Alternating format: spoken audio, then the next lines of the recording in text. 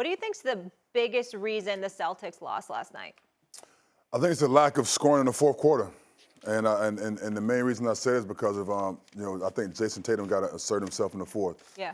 And if he doesn't, if you don't have the mindset of wanting to take over the game down the stretch, it's going to be tough to win an NBA championship. And so you got to have the heart of a champion, man. There's no excuses about being tired, shots not falling, the defensive strategy. At this point, you've seen all the defensive coverages, right? You saw Golden State on how they want to guard you from game 1, game 2 to game 3, all the way to now game 6 coming up. And you have seen all the strategies. You watch film. You know the defense the trap is coming from, and you're still not able to execute down the stretch in the fourth quarter. That's an issue. And I'm not sure if that's your heart. I'm not sure if that's your genetic makeup.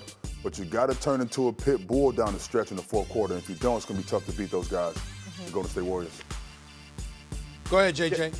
Yeah, I think you hit it right on the head with Tatum. The fact of the matter is this team has not been a good clutch team all season. And they were through the first 2 rounds of the playoffs. Jason Tatum played well in clutch situations in the first 2 rounds of the playoffs, and then he went back to struggling in that period of the game against the Heat, and he's struggled again in the fourth quarter in this series, 5 for 21 overall in the fourth quarter. So I think some of this is just this lack of ability to close out a game, which is what they struggle with. And then the other part of this, goes back to their struggles on offense, period, is just the turnovers. I mean, we have all these indicators about when they turn the ball over at a high rate, 16 or more, they're 1-7, 15 or less, they're 13-2.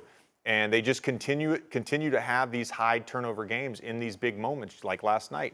18 turnovers to 6 turnovers for the Warriors. And so, Stephen, we were talking earlier about the struggles from the three-point line for the Warriors and the struggles from the three-point line from Steph Curry. And they were able to offset that because of the Boston Celtics turnovers. And I look at this roster. They don't necessarily. They have a bunch of great players, and I'm a huge fan of everybody on their team. I truly am. They have a bunch of great players. They don't necessarily have a guy like Chris Paul, right? A guy that's going to get you in an offense, that's going to get you in a set, that's going to execute. Marcus Smart has done an outstanding job this season, shifting into that more of that traditional point guard role. But he's still not that player. Jason Tatum is not that player. And so I think some of this struggle in the clutch is just not being completely organized, not being in a good set, shooting early in the shot clock, tough contested shots, which we saw some last night as well.